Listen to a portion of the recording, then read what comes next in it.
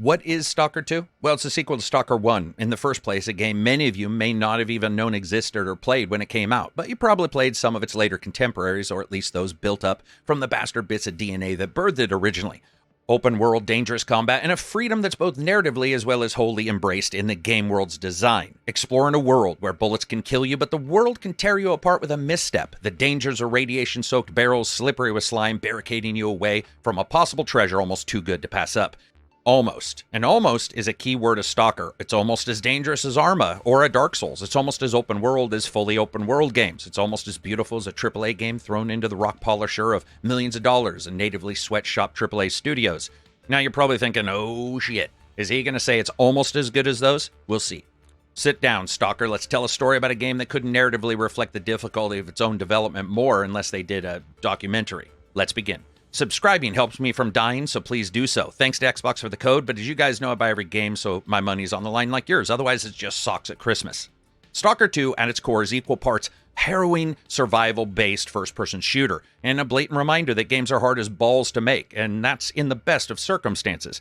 Stalker 2 is set in an alternate reality, a different world, where the original destruction of the Chernobyl reactor wasn't the only one because, well, one isn't bad enough. So here we had a second one in 2006 that created the Zone, a radioactive area over 60 kilometers in size that beckons all manner of people looking to make some cash. Stalkers like you that are after rare artifacts created by the Zone. Mysterious trinkets powered by the infernal supernatural force inhabiting the land. Then they strap them next to their nuts because, yeah, that makes sense. Each one offers some buff to help the stalker, but also radiates their balls like a popcorn in a popcorn maker.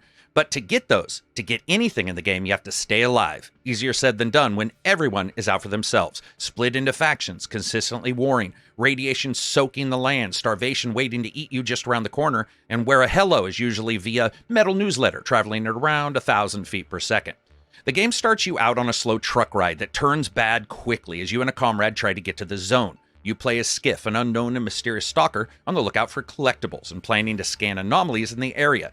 The starting spot plays out like a tutorial, not hugely detailed nor engaging in the deeper elements of the game, but instead offering you a tangible overall feeling of what is going to be expected, from movement to enemy types to inventory, as well as solidifying the story as something that can push you forward if you so choose. Now, within a couple minutes, you're going to be free to do pretty much what you want. The world of Stalker will be open to you with a general main mission asking you to head out and meet up with some people nearby, a confab of the untrusty kind. Even within the first couple hours, newcomers are going to find themselves presented with choices that gamers who played the original faced. What the hell is this flashing globe in front of me? Why am I throwing a bolt to dissipate energy in an anomaly? Why do sensors work this way? Why does almost everyone in the game have guns that are like Chinese knockoffs of Blu-ray players, ready to implode the first time they're used? It's the puzzle workmanship of the world that raises up and feels so different. Just get to any location, you may have to scout it out, verify what anomalies are nearby, and then figure out a way in. If those inside are enemies, then you have to add them getting shot in the face or shooting you in the face to the listed difficulties. That could also include status damages like bleeding, hunger, exhaustion, the gun's own durability, the scarcity of ammo, and random wildlife that hasn't seen a stalker they don't want to dry hump into a bloody stump the moment they see him. And this is also reflected in the game's unique narratives as well. The quests always feel on edge. Stalker's narrative is decidedly different than a lot of other games that we get now. While yes, no, maybe has been the default for years, other games have come along in the meantime and have made it so that quests can change a bit, that you want to barter for something else. And in the best of times, like a Baldur's Gate 3, turned it in almost role-playing light. Stalker isn't that kind of talker, though. Here, the role-playing is in the discussion that you almost wish you hadn't accepted. There are countless times when you're in the discussion view and you decidedly feel like things are sliding downhill directly into the refuse of a quest you can't refuse. And when you do, you're greeted with a menagerie of multi-weapon maniacs instantly leveling guns at you. And yes, that means it's like gunning down the mailman because he refused to take your broken down bike and deliver it to a pawn shop after he delivered something to you. The role-playing here is different. It's not always organic, but it always has a bit of a hand-wavy in a different direction kind of style to it that intrigues me. I found myself second-guessing if I wanted to be in a discussion at all. As you move across the world, you're going to find ruins to explore, dangers to exploit, and treasure areas to empty, almost none of them devoid of dangers. But It's when you find the first town that you realize how different Stalker feels, even if it looks somewhat the same. The very core knitting of the Stalker ethos does have an undercurrent of loyalty to it, but it's got the reality that if a Stalker's dead, they can't be loyal, which means the gray area between those two is a massive gulf of personal choice. Coming into a town is always this moment of listening or paying attention to those who might be in control because the game never outright tells you, and you're consistently listening and taking in, something that's reflected in combat, which I'll discuss in a second. But really, it should be pointed out that it excels in those points: atmosphere and the gray zone that a game's character can exist in. It's invigorating to play a game without the pandermongering that punches its way into every other title. Here, if someone's bad, they're probably bad. If someone's good, they probably did something bad. And if someone's on your side, it's most likely because they just ended up having the same goal for a brief minute. But it's not all explained up front. You have to figure it out. Here in the towns, you can repair items, sometimes upgrade, trade goods, and take on quests from people in factions, sometimes not in factions, sometimes fighting in factions, and many times the quest can overlap with other factions. The lack of clear and defined lines is awesome, but newcomers are going to find themselves hammered into confusion at first, especially if they try to jump into the dialogue and pick options that they thought have always worked in other games. The same can be said for exploring the world. The way Stalker presents itself lends a mystery to everything, from the anomalies to the strangers living inside of it. You just never know who is going to be where. But you start to learn rules pretty quickly. For example, never run like a friggin' idiot into anyone's camp with weapons drawn. It's the easiest way to have your head turned into a damned canoe. Visual identification of enemies isn't enough because an I hate Stalker tag isn't floating over their head. So watching them, listening to them, and what they say can help. Or coming in with your hands down but your senses up as you look around trying to see how the guard reacts. You can also have different HUD elements on or off that tell you at least when direct enemies are there, but those direct enemies may have been friends a moment before. It also lets you save anywhere, and that makes sense because you can get into some hellish situations.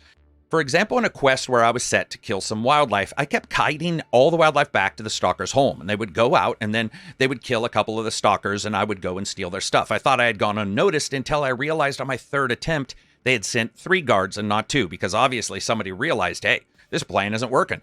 The third guard, of course, saw me, and things went from good idea to bad thoughts. I barely turned around before I was descended upon by grenades, flung from pissed-off stalkers retaliating to their friend's dirt nap by trying to send me into one. And they did. I was blown apart within seconds.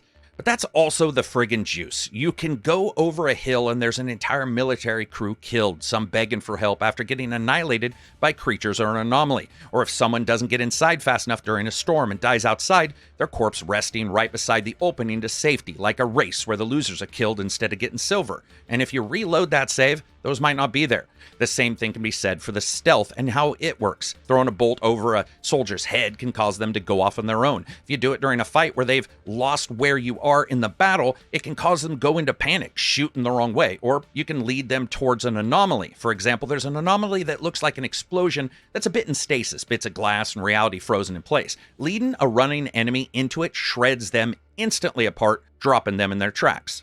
Especially on the harder difficulties, or depending on the way you play, the game can require a lot of thinking on your feet in particular. Not only does a ton of weight sap strength and energy regeneration, but it also alters the speed at which you do pretty much everything. Trying to run around while laden down with a Walmart gun section number of hand cannons is impossible. You'd have better luck just barrel rolling down the hill like a 5-year-old. But if you're like me, you're running around during combat and you see something nice and decide to grab it real quick, and that slow trot turns into a trundling shuffle that ends up in a full stop, right in the middle of a gun battle. Finding artifacts can help you with this, clipping them to your belt or jacket, and they give small boosts or larger ones to particular aspects like stamina, weight, and more. But they also run their own endgame with negatives that can crop up at the worst of times. For example, I threw one on, and it added a little bit of radiation, no big deal, and that's not a problem when you're tromping over the swampy confines of some ramshackle town's water docks, but it can suck when you're 3 levels down into a military complex with a disturbing number of doors that lock from the outside, and you hear one open in the darkness just beyond the light of your headlamp. You can also consistently monitor things like hunger, thirst, and fatigue levels, and always should. Food, water, and opportunities to rest can be scarce, and scavenging for supplies is going to be one of the core ways in which you continue the game. And that's also why I wanted to get through all that before I discussed combat itself, because you're going to engage in a great deal of Stalker's lessons, and the best learned ones are the ones you do, well, while alive. A lot of that happens prior to any battle. All of the understanding of the different systems need to be in place, especially as you push forward. When it comes to battle, you have 2 spots for primaries and a secondary gun with an assortment of vaguely real makes and models and special versions to try out. Each have their own inherent weaknesses and strengths. MP5 style variants are pretty nice and smooth when it comes to firing, but hitting an enemy with even a basic body armor is like trying to kill somebody with bad words. I've done more damage just thinking bad thoughts at somebody. An AK style variant hits much harder, but they have a fire rate like a love song from the 1980s. Grenades are great, but enemies do not stick in place in Stalker 2. They don't always make sense where they go, but they won't always wait around for a grenade to launch them into the air either. Each gun has different upgrades, as do assorted gas masks and armored vests, some increasing damage thresholds and some weapon stuff speeding up aiming down sights or others. Since durability is such a factor in this game, it's always important to try to repair your weapons or equipment, because no matter what buff they give, it's not going to matter too much if you haven't got them cleaned up. Stalker 2 comes with a return of the beloved or dreaded weapon jamming as well. That's right. The condition your guns directly leads or doesn't lead to jamming, but be aware, even a finely tuned weapon can misfire at the worst possible time, and if you get unlucky, you may have 3 in a firefight. It's probably the end of you, or if you're lucky, the end of the fight as you run away. And yes, while the enemy is a mixed bag, they can still kill you. At the best of times, they're a handful with surprisingly different abilities. And for the most part, they work well enough and, depending on the difficulty, dangerous enough. Gunplay itself has a loose feeling to it, though adding attachments to the weapons can help that. Even with attachments and their upgrades, this isn't about dialing in Call of Duty level headshots. It's about skimming between the collapsed walls of a building as 3 bandits lob age-expired grenades where you just were, and you turn around and fire across the gap in the hope that you can pull one down before their friends flank you around the side, or hoping that your gun's penetration level's high enough to work through some of the pierceable cover that the world has. Ducking and taking fire around corners, both with an auto lean as well as a manual lean, helps you keep within cover, but the enemy does the same thing, so consistently moving and reorientating yourself is a lifesaver. Keeping all this stuff working, upgrading everything, is the way to be able to go into those events and come out alive. But it also helps you on the merchant side, because be aware, a broken gun can't really be sold easily, and a damaged one goes for far less money. One nice thing is when grabbing items, selling them, or looking at them, you can always quick unload the bullets of any gun that you're looking at, so you can just leave it if that suits you, whether on the battlefield or in your own inventory. And there are places to sleep as well as store different items in a personal inventory that is transferable in some of the locations. And even while I'm in the middle of that, occasionally the weather can kill you. Checking for emissions that come across the land, rip snorting through the night like some kind of angry toddler version of a storm, refusing to rest while you try to hightail it to a structure or cave nearby, is awesome, and it keeps you consistently looking down, up, and across the horizon for enemies.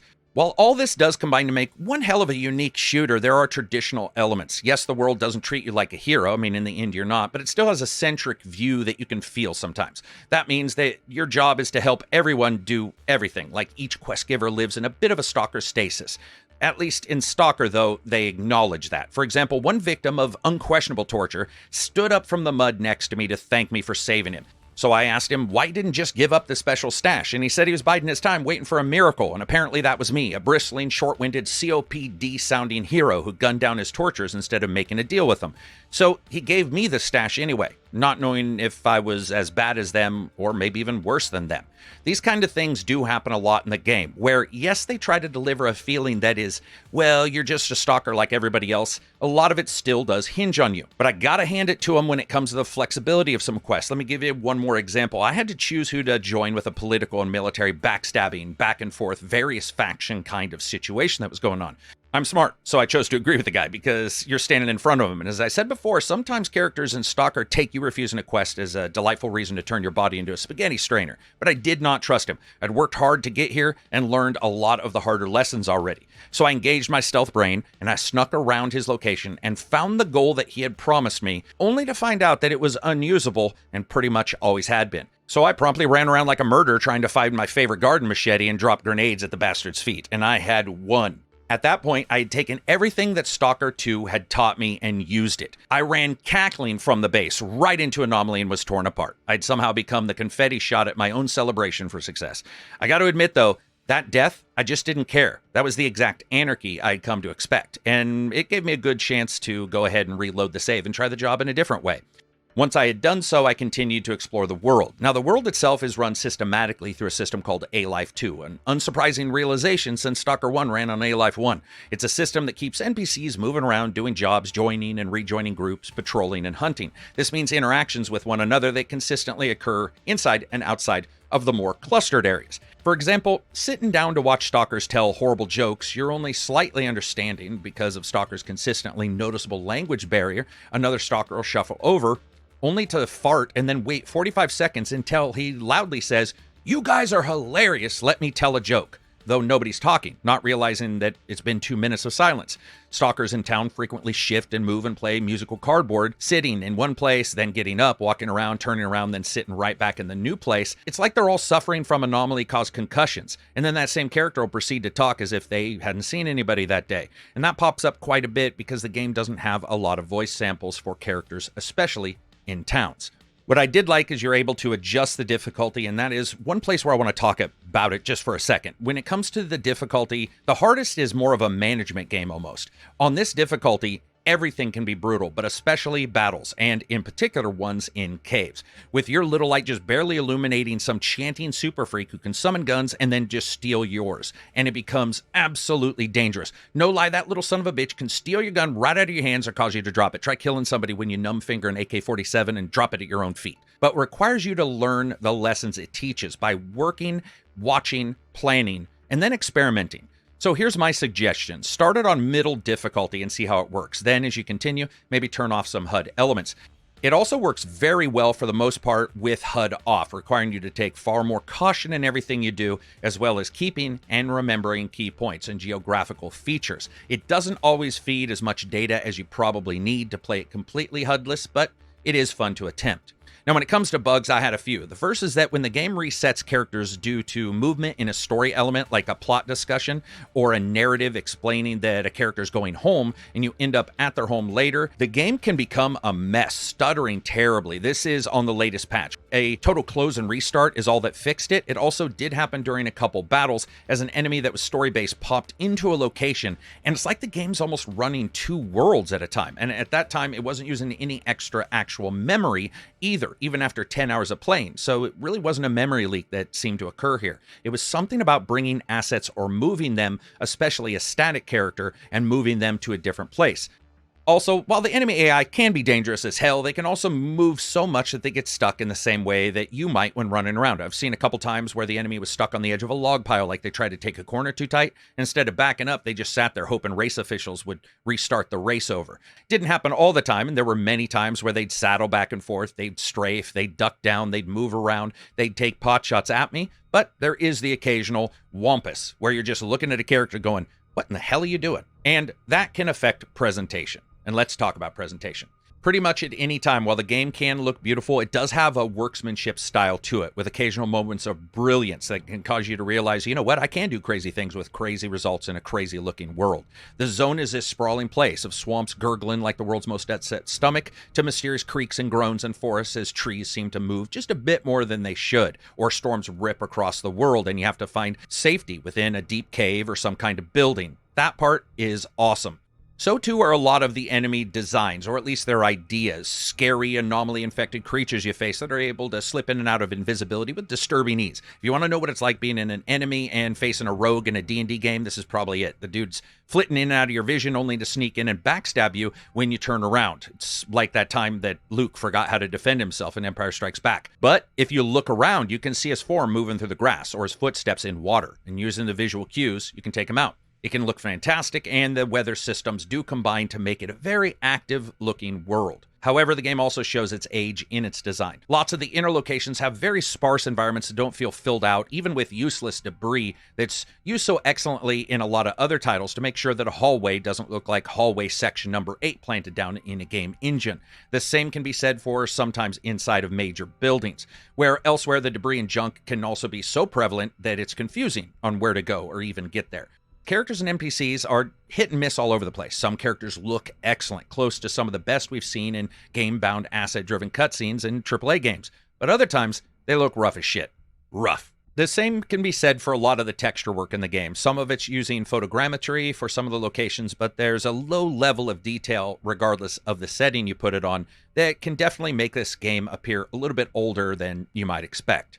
When it comes to the performance, what do you get for this? Well, Stalker hits from 50 to 80 FPS on a 4090 and an 8700 X3D in some locations, because this depends on where you are and what you are doing. The environmental as well as the amount of AI in an area can dramatically impact the FPS. On a 3080, the same performance or near it was possible on 1440p. Once you start turning on DLSS without frame gen, the performance becomes much better though. Some areas are still a little bit problematic than others. It just depends. It is a massive world, and these completely dynamic environments made testing this quite difficult because things change. But you'll notice that FPS smoothing out if you do use DLSS. I would really suggest, or at least from my testing, it looks like you pretty much would want to use upscaling. You don't have to, but your FPS is definitely going to be pretty telling here. With frame gen, you're going to get over 110 to 150 with my setup, or the 3080 at 1440p, depending on your CPU. Now, sadly, the game currently reconfigures shaders every single time you open it. It's a short enough wait, but it's a noticeable one. When you leap in, make sure to check the settings. You have texture quality, you got materials, effects quality, light shafts, upscaling types, as well as frame gen, shading quality, shadow quality, a ton.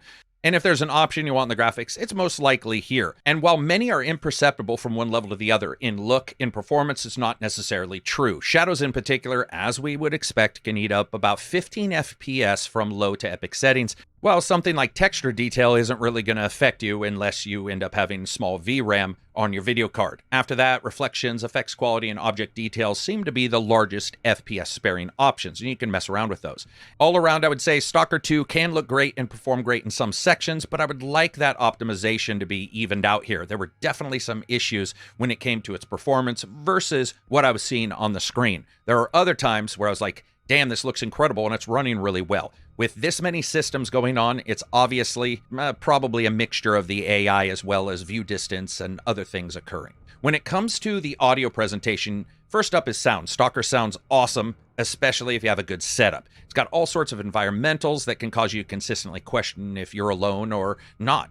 The samples are nice. They have a long distance you can hear that helps, so you can listen in on gunfights going on all around you, especially a long ways away, making it feel like you can sort of start to hear that gunfight and decide if you want to use stealth to not engage them, circle around them, or work your way to a spot to see who's fighting before deciding. When it comes to the gunfire and the reports there, it's good to great. It just all depends. The rest sound good. They've got a nice fall off and carry over into echo that tightens down when in some of the enclosed places. That helps add a bit of a claustrophobic feeling to everything occurring. When it comes to the voice, while less of a matter of performance, Stalker does continue with that feeling that everyone's talking through a recent version of Google Translator. There's these odd inflections on words. There's pauses for no reason. The same feeling of oddity that exists in Stalker 1 is the same here. But it's not for everybody. In fact, like the zone itself that brings in stalkers from around the world, so too do performances alter and change. Some characters seem completely at ease with slang and accents, nailing them many times. Other times they seem to be searching for another word for dude or bro, since these guys drop it more than a California surf shop. The game does have some bugs when it comes to voice. For instance, the game has your voice piped through a filter to sound like you're on the radio when you're actually talking on a radio to somebody else. It's like listening to a recording of yourself talking in the present, and it hurts immersion a good deal, especially in some of the tense moments. I'm hoping that gets fixed in a patch prior to launch. Also, I had many times where somebody who was supposed to be on the radio just sounded like they weren't, and if you hear the voice at the top of a solo radio tower like that, in a game like this, it's going to result in you searching for an enemy or another character for a while, trying to figure out if you missed somebody. Also, the game seems to be using some kind of real-time voice processing on the effects, which unfortunately can result in a person talking to you through their helmet, and then the very next second isn't. This only happened 1 or 2 times, but right in front of you, it's sort of noticeable. When it comes to music, this is a mixture of a lot of tunes. The exploration music and battle music is an eerie mix of beats and synths and whirls that consistently ebb and flow, just loud enough to be noticeable, and then other times fading away back, especially while exploring the general open world itself. It's a nice focus on creepy and unnerving. I dug it. The diegetic music that's piped through radios and locations is another thing entirely. It's an assortment of announcements and punk and rock and alternative music blaring out in the towns or in someone's home in the middle of nowhere. It works really well to give you a feeling that the stalkers are piping it up and turning the music up loud to either challenge the world to come get them or in some way cover the fear in their voices when they're talking about a new anomaly. It's not something I would listen to outside the game, but it's not bad for what the developers were trying to deliver, especially when it comes to the music in towns. How does everything come together, and what does it do to the fun factor? Fun factor is the juice. It's the thing that matters. If there's one thing that is noticeable in Stalker 2, it's that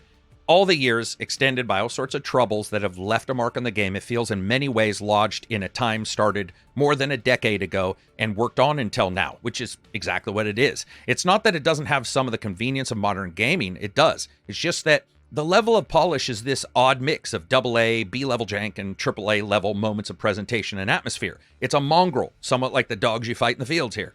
Even when kitted out for frustration, meaning 2 guns both in damaged states, armor that was more of a vest of war wounds than any kind of protection, and so much radiation I was probably making other people sick, I was still having fun.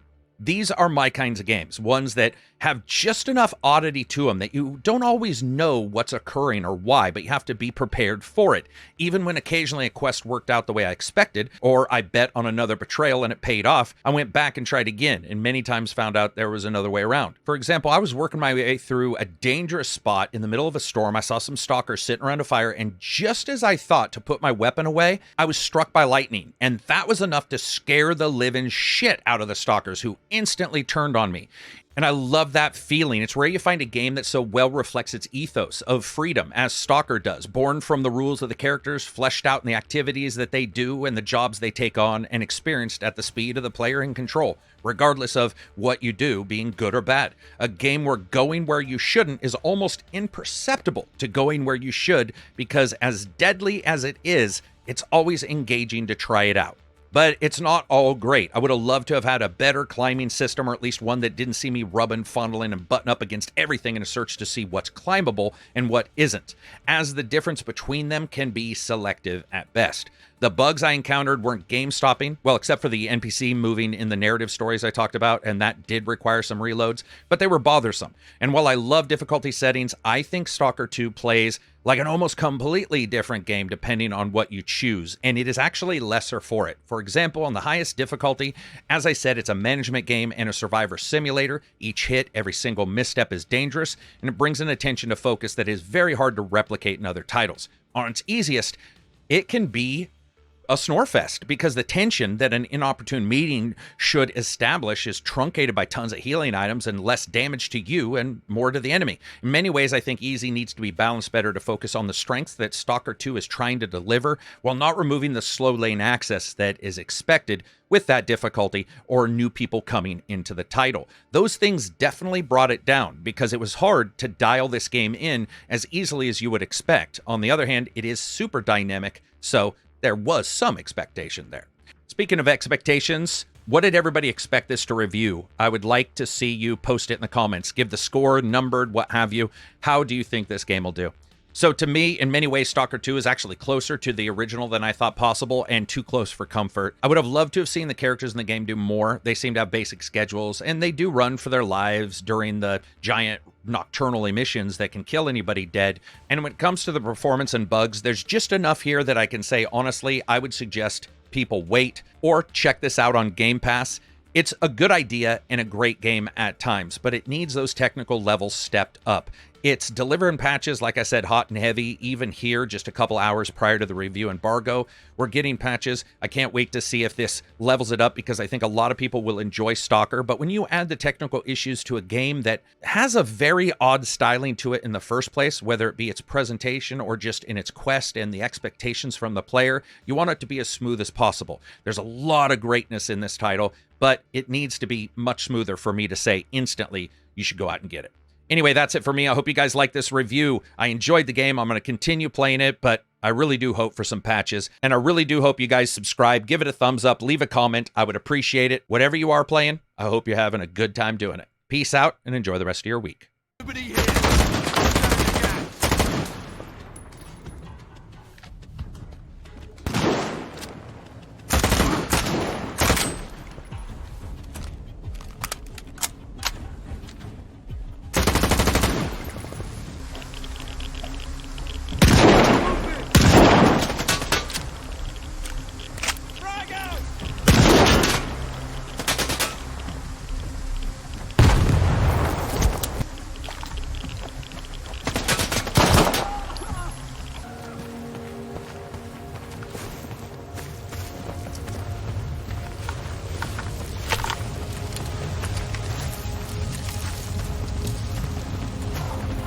He's milking the rookies like freaking cows.